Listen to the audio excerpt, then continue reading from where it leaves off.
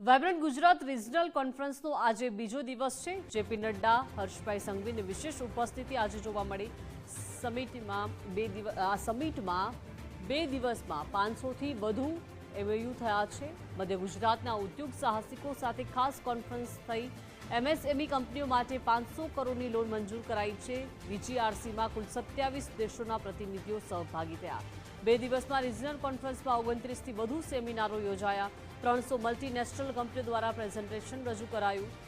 ભાજપ પ્રદેશ અધ્યક્ષ જગદીશભાઈ વિશ્વકર્માએ સંબોધન કર્યું છે। તેમણે જણાવ્યું છે કે પીએમએ વાયબ્રન્ટ ગુજરાતની જ્યારે શરૂઆત 2003માં કરી, જેની સક્સેસ સ્ટોરી આજે જોવા મળી રહી છે। ગુજરાત અનેક સમસ્યાઓમાંથી પસાર થયું છે। દેશના બજારોમાં ગુજરાત આજે આગળ વધી રહ્યું છે। પહેલા એગ્રીકલ્ચર પર આખો દેશ નિર્ભર હતો। મિલ્ક ઇન્ડસ્ટ્રીઝમાં 1 લાખ કરોડનું ટર્નઓવર થયું। મેડિકલ ટુરિઝમ ઊભી કરવામાં ગુજરાત સફળ, તો 2003થી 2026 સુધીની સક્સેસ સ્ટોરી જોવા મળી।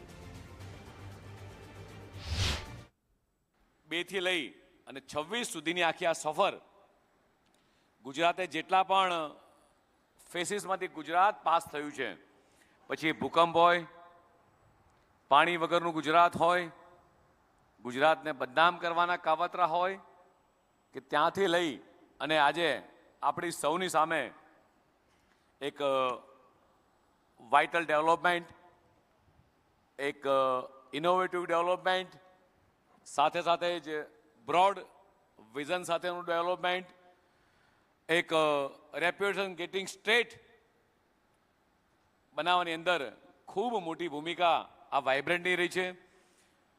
એક એડવાન્સમેન્ટ એટલે તમામ પ્રકારની ટેકનોલોજી એ ગુજરાતની અંદર ઇન્ડસ્ટ્રીયલ ગ્રોથમાં એક ખૂબ મોટો મિત્રો આ બદલાવ લાવ્યો છે।